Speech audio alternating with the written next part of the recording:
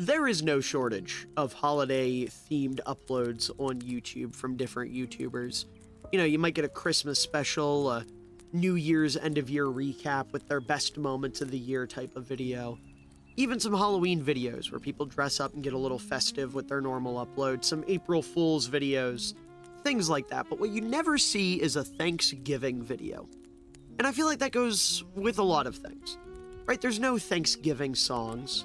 There's no Thanksgiving specials, right? There might be a Charlie Brown one out there, but like realistically, there's not.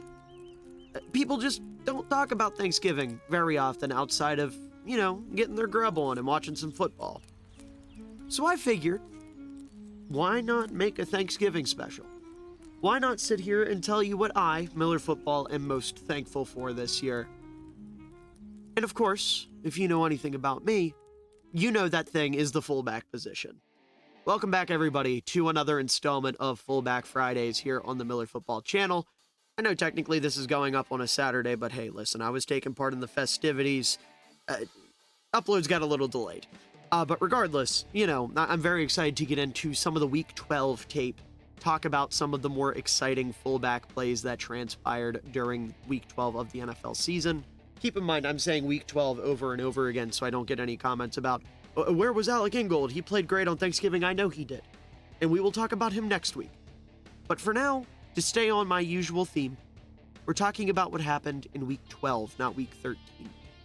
So, without further ado, let's go ahead and dive into some of the tape, talk about the Harbaugh Bowl, a new fullback that emerged in Cleveland, and of course, some fan favorites along the way as well. All right, starting us off here, we have a couple plays from the Harbaugh Bowl, the Har Bowl, if you will. You know, the kind of overlooked story in this game, the fullbacks, right? You've got Ricard playing for Baltimore, the original, at least of this generation, DT turned fullback that, you know, we know is a superstar.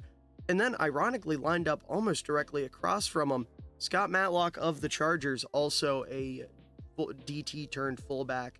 Unlike Ricard, though, at this point, Matlock is playing not only both ways, but also playing on special teams.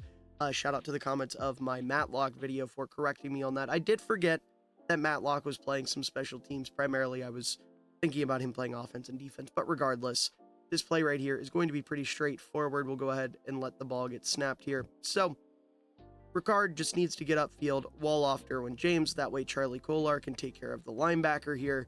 And that will allow Henry to get on up through there, you know, take the lane however he wishes and pick up a pretty decent chunk of change. So you see, you get the double team up here with Kolar and Rosengarten on, I believe, Diane Henley. And Ricard's doing a good job, you know, back to the back here, walling him off. And that's going to allow Henry to get up. He's going to pinch the line here, slip through this crease. Ricard, again, does a great job keeping his back to the back, ends up turning Derwin a little bit more. And you see Henry has some daylight off there to the right side, opened up by Ricard manipulating Derwin James, and Henry's able to take this for about 20. I think it's actually a 19-yard run. But regardless, very, very good blocking there by Ricard, asking him to basically ensure that Henry can get through there untouched. He does exactly that, as we know he's capable of doing. And that sets up a very, very big run early on in this game. This is the second quarter, about 11 minutes in. So still in the first half, I guess, not nearly as early as I wanted to say it was. But regardless, good block. Does what he needs to do, and that's what matters. All right, second play here, we've got a Lamar rushing touchdown. We all know the one. We've got Ricard lined up to the left here out of a bit of a full house set.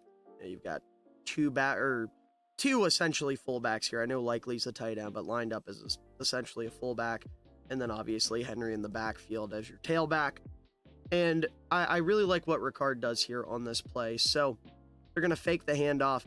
You get Likely out in space as the lead blocker. Khalil Mack recognizes this, and he's going to pursue down. Khalil Mack, in my opinion, is the best run defending edge rusher the sport has to offer. So Ricard going up against him is always a treat.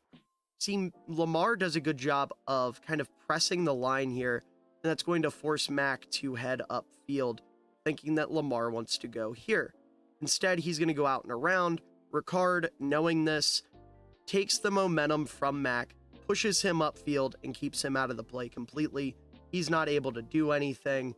And that is a touchdown for number 8. So Ricard kind of recognizing what Mac wants to do and taking advantage of that by knowing where Lamar is headed ends up being one of the reasons why this play is made. Because obviously, Mac, again, great run defender. If he's able to step downhill instead of going up, this could be a very different story. But instead, Ricard is able to keep him out of the play. And ironically, you see one of the first guys in pursuit here is Scott Matlock, another fullback, who obviously we talked about in the last clip, and we will get a block from in this game, only one, sadly. And then, Lamar tries to do the viral Vine sidestep touchdown. And Ricard, as per usual, one of the biggest football guys there is, just always celebrating. Anytime anyone crosses that goal line, he is the first guy to throw his hands up. He does it before they cross the goal line half the time. But regardless, very, very good awareness there from 42 to set up a big touchdown, or help set up a big touchdown, rather. All right, another play here in the third quarter. Ricard lined up offset to the right side of your screen, but the left side of the formation here. And this is going to be just another simple kick out block that ends up being very effective. So you see Derwin James is trying to attack the outside shoulder of Ricard here. Ricard is going to recognize that, hit Derwin's inside shoulder, and use that to kind of spin him out and allow Henry to run right off his ass. As I preach, back to the back. Derwin is effectively out of the play at this point. Henry is beyond him, and if he can get up to the next level, then this can be a pretty solid run. And that's what happens. Goes for about, 30, because Henry is Henry, and he breaks that tackle and then just doesn't go down. And then here at the end of the play, big 42 running in to celebrate with him. I love Pat Ricard's energy, man. He's such an infectious ball player. But regardless, really good block here. Understanding what another play where he's understanding what the defender's trying to do and going the path of least resistance, playing it smart, and just kind of using the defender's instincts to his own advantage to set up a pretty crucial block on a big play. Obviously, if Ricard doesn't make that block, Henry's at risk of going down in the backfield. Don't have to explain much more than that. It's a really, really good job there by Big 42. All right, final block from Ricard here, offset to the left once again. And this is going to be another outside handoff where Ricard needs to pick up an edge defender or someone coming off the edge at the very least and open up a hole for Henry to run through.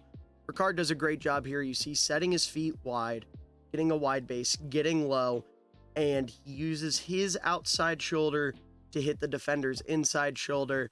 And as we just saw with the last run, that's a great way to turn the defender out, and that allows Henry to run right on by for a pretty sizable gain of about 10, maybe a little bit less, but regardless, a really quietly good block by Ricard. This is one of those just like, I'm doing my job type of plays. Nothing too fancy going on, but every once in a while you got to stop and appreciate those types of plays, whether it be from a fullback, a guard, a center, whoever it may be. All right, last play from the Harbowl here. The last time I made a Fullback Friday video, it was a dedicated Scott Matlock video, so I decided not to include a bunch of what he did. You see, he's lined up here on the right side. This play ironically started with Matlock lined up as the tailback, and then he motions up here, and then he's going to motion across the line.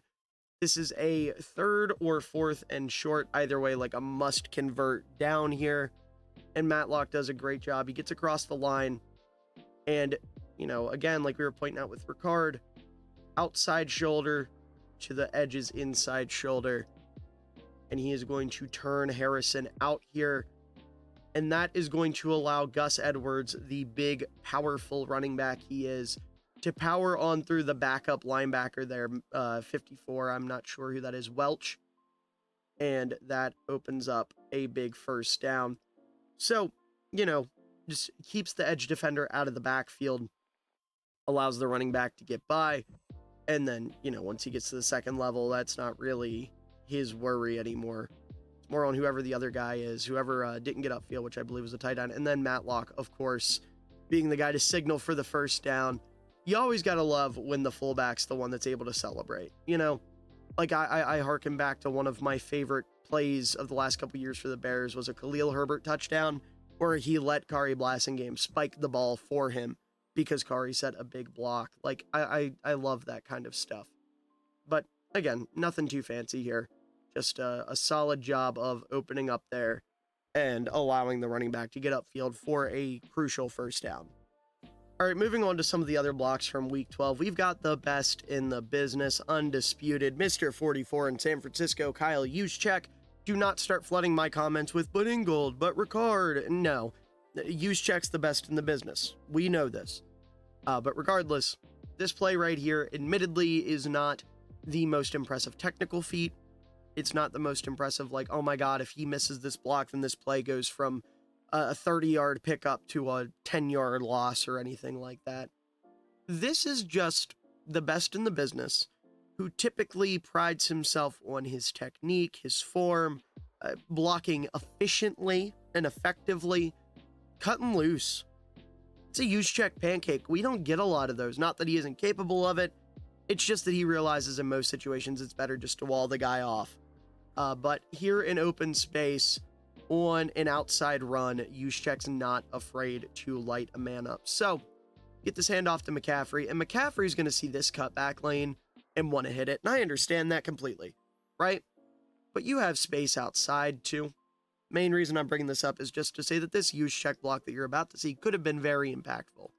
Not the end of the world, right? I understand the cutback lane completely. No hate to McCaffrey here. And plus, there was so much wrong with the Niners in this game. Calling him out for this specific play would be a moot point.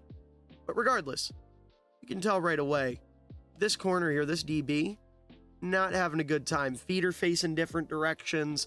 He's crouching. It's not looking like a good time for 24 out there.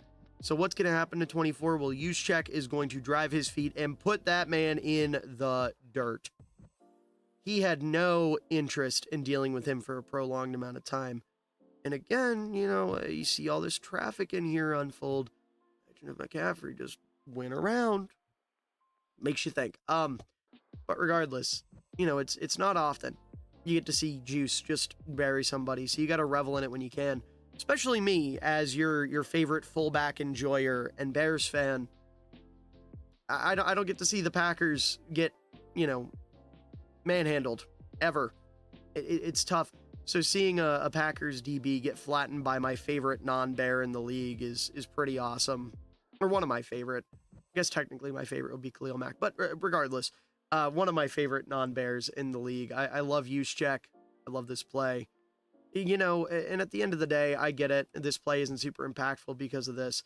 But like Shakespeare once said, it doesn't matter where the back runs to. It just matters that the man you're blocking has been run through. Next up, we've got a couple blocks from CJ Ham, the Hammer, the Ham God, Minnesota fan favorite. Unfortunately, against my Chicago Bears. But hey, listen, we're here to talk about fullbacks. I'm not going to let my Bears bias get in the way of that. So, go ahead, snap this ball, and CJ Ham is going to have an important block here. He needs to get up to the second level, take care of Jack Sanborn, and then Akers is going to run a counter and get to the left side here, run pretty much right off of where Ham is setting this block. Ham recognizes that, and unfortunately, Sanborn setting in a little too deep here, just voice cracked. He sets in a little too deep. Ham realizes that, so he's going to hit this outside shoulder and wall off the defender to allow Akers to get a nice little smooth run through there. And that is exactly what's going to happen. Does a good job walling him off. It's that second shove, and Akers is up the field up to the third level and eventually gets brought down. Goodness, that voice crack was brutal. But I do not feel like doing another take of this. I'm not going to lie. So we're going to leave it in. But regardless, a very solid block by Ham there. It's relatively early in the game. The Bears' run defense has not been very good this year, and Ham took full advantage of that against one of, ironically, their better run defenders in Jack Sanborn, just completely walling him off and setting up Akers for a double-digit yard run. All right, this is a big boy block by Ham. So you see we're lined up in the eye here, blocking for Aaron Jones. And I'm going to go ahead and let this play a little bit. So right away, you see Brian O'Neill is going to chip Darrell Taylor, the edge rusher, and then get up to the second level and take care of TJ Edwards, who's going to pursue downhill. That's going to leave Ham to take care of Taylor once he hits the backfield. Darrell Taylor has been a very, very pleasant surprise for the Bears this year. Very good edge rusher. You see, he kind of recognizes what's going on and tries to head downhill to try to sidestep Ham. Ham's having none of it. He lays the hammer, absorbs the contact, pushes back. Now, unfortunately, he is set up a little bit in Aaron Jones' path, but it doesn't matter. Aaron Jones is a phenomenal running back.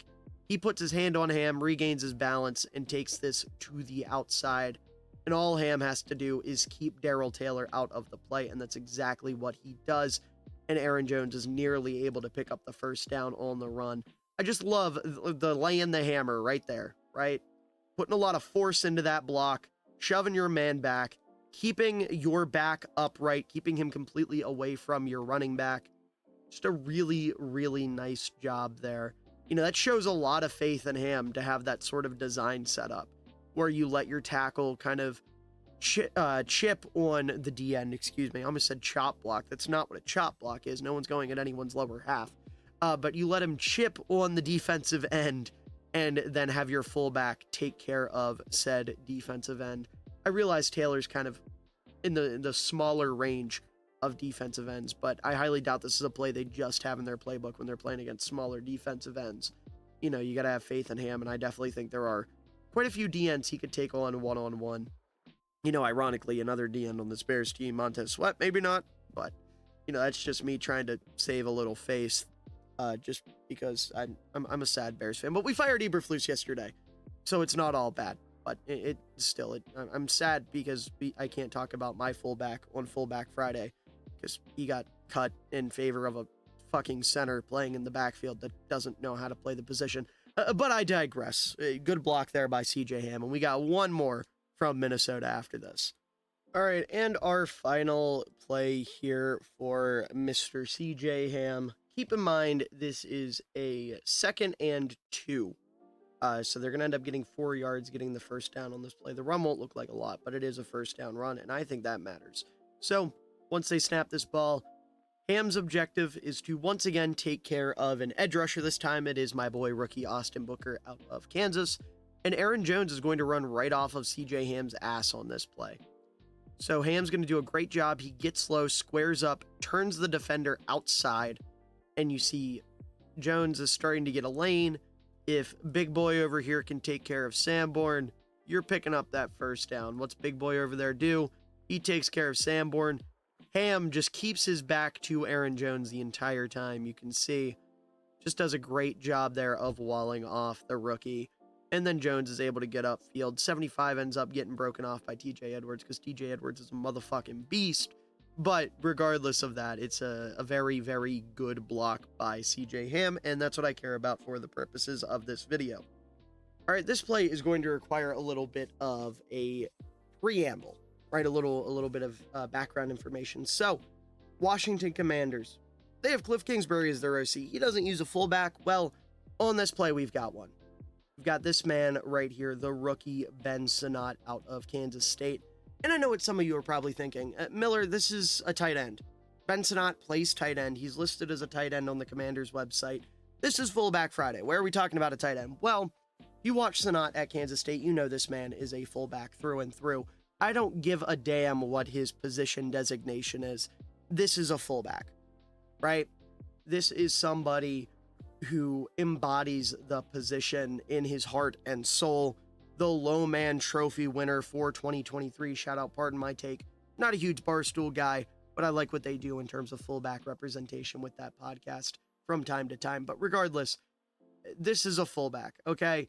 We talk about guys like Kana'i Mauga. We talk about guys like Ben Van Sumeren. And this is a guy lined up at fullback. He is a fullback. Ben Sinnott has the background. He has the intensity. He has the mindset. He has it all. He is a fullback for all intents and purposes, and we are going to treat him as such for this block, and I'm going to go a step further. Not only is Ben Sinnott a fullback, he's one of the more exciting young fullbacks in the league, and because of that, because of what you're about to see on this play, this is your Miller Football Fullback Friday block of the week for Week 12. Just some awesome stuff on display here. So let's go ahead and let this run. So we get a little read option here. Jaden Daniels is going to run this to the outside. Sinnott has to take care of Deron Bland here. If you know anything about fullbacks, you know they love killing corners. We saw Juszczyk do it earlier. Ben Sinnott says, all right, now it's my turn. And he buries Deron Bland. And you see that opens up a hell of a lot of space for number 5. Look at all of this green around him. I mean, he really outdid himself by opening up that space. And not only that, but because of the nature of the block, you see these two kind of have to redirect themselves a little bit and go around Sinnott, which is going to slow them down just a tad. And that leaves Jaden Daniels with one man to beat, and he does so. Just Malik Hooker, who's lined up as the single high safety on this. And that is a tremendous block by Ben Sinnott. Now, some of you traditionalists might be a little angry that I'm calling Sinnott a fullback, but look at that celebration at the end of the play, man. We'll circle it right here. Sinnott lined up with another tight end. If this isn't a fullback celebration, if that isn't a fullback excited that he just laid somebody the fuck out so a ball carrier could get in the end zone, I don't know what is, quite frankly. I don't know what else it would be.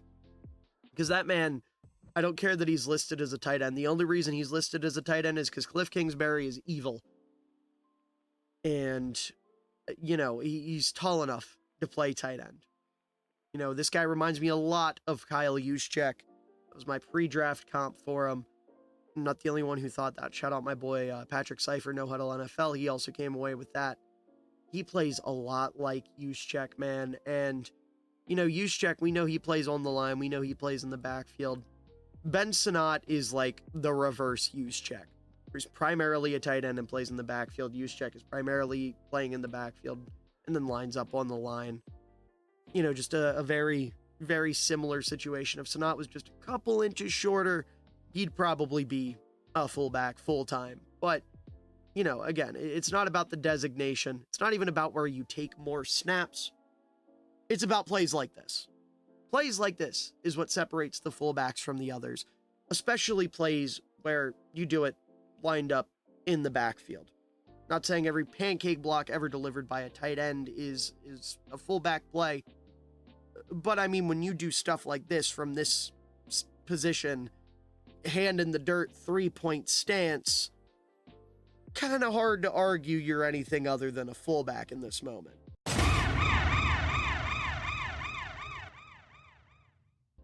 That's right, folks. Another new fullback popping up, this time in Cleveland, Ohio, with Winston Reed, the rookie linebacker out of Weber State, stepping in here. To my understanding, his first NFL action. If I'm wrong, let me know that in the comments below.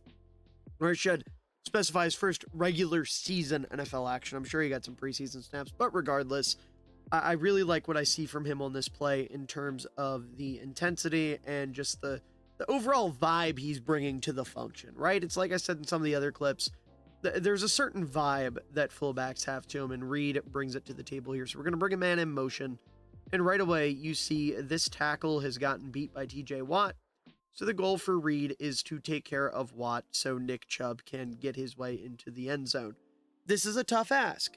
Someone that, you know, to my knowledge at least, has never played the position. If I'm wrong, again, please let me know down in the comments below. I'd love to stand corrected. But to my knowledge, hasn't played the position before, at least hasn't played it at a professional level. And you're asking him to take on arguably the best defensive player in the sport. That is a tall ask.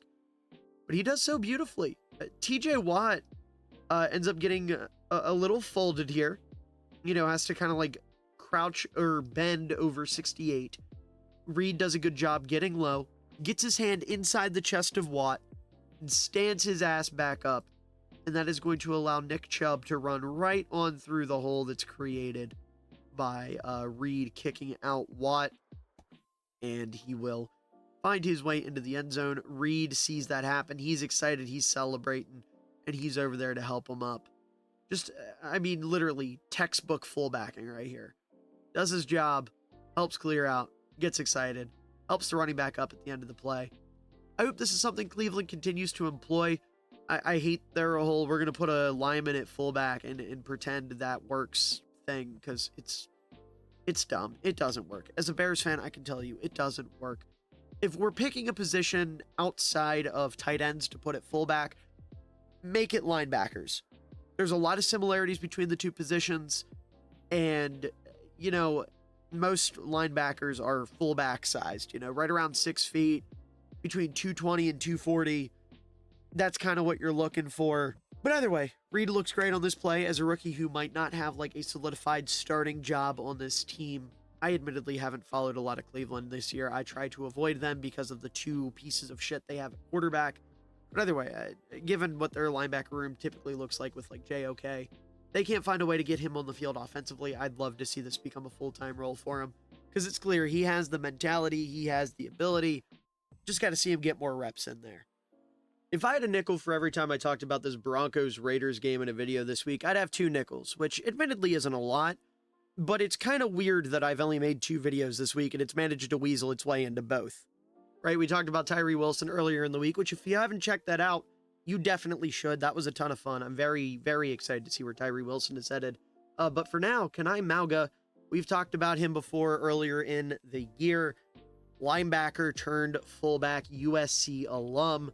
We've got him here lined up on a 2nd and 4, and it becomes pretty apparent right away. His job is to kick out 15 here, kick out Nick Benito, and he's going to do a great job of doing so. Gets low, wide base, stands him up. Running back is able to slide right on through, pick up the first down and more. Just a hell of a job from a guy who, again, you know, we've talked about doesn't traditionally play this position. Just setting him up with the key block on this play. I would say the most important block on this play. You know, opening up the hole for the running back to actually get himself through. Just does a fantastic job of setting up that run. All right, how about a little pass pro from a fullback? We've got one of my favorite fullbacks of all time, Hunter Luepke, lined up in the backfield here. Huge fan of him at North Dakota State. I talk about him at length whenever I get a chance to. And we're going to go ahead and watch him in pass pro here. So you see right away, the Commanders are pulling off a stunt here, right? Frankie Louvu is going to crash down, draw the double team. Daron Payne wants to loop. Luepke, just standing back here waiting for something to happen, is going to pick up on that relatively quickly. And you see Terrence Steele does an all right job of trying to recover, does get his hand in the chest. But realistically, if Luepke's not here, Cooper Rush is probably going down. So instead, just by Luepke being there, he's going to get his hands in, he's going to drive Payne back, and that is going to allow Rush to uncork a deep throw that ends up being completed. Not quite sure who that is, I'm not going to lie. Dallas has a lot of players on their offense that just don't seem real. But regardless, really good pass pro here. You know, usually we don't shout out fullback pass pro because it's not as exciting. But when it sets up a deep ball with like, I don't know, 20, 30 seconds left to get you in field goal range, that's pretty exciting. And just perfectly picks up that stunt and allows Cooper Rush to uncork a hell of a ball, honestly. I'm surprised Cooper Rush could get it that far, especially from that platform. And I'm really impressed by 83 being able to haul that one in. So just a lot of good work all around from Dallas. Really good job there by 67 as well, picking up on the stunt, keeping up with Frankie Louvu there. Just, I know we were here to talk about Luepke, so we'll look at Luepke one more time, just picking up that stunt perfectly. But just a really, really well executed play from Dallas all around. You know, maybe, no, I'm not going to say anything. There is no real takeaway from this play for either team. Although Dallas did end up upsetting Washington in this game, so I don't know. Regardless, good pass block that ends up, you know, contributing to the upset in some way, and that's always a fun time. And finally, the play that I know everyone wants me to talk about, Vita Vea lined up at fullback. Not the first time in his career he's done it. Probably won't be the last. But he does a nice job here. They're going to hand this one off. Vea is going to hit the outside shoulder of 41, knock him back inside, and then continue to just open up, you know, a lane here for Sean Tucker, and he's able to fall through there for the touchdown. But the block I'm more interested in here, number 41, Ko Kieft, played a little bit of fullback early in his career, specifically like his rookie year.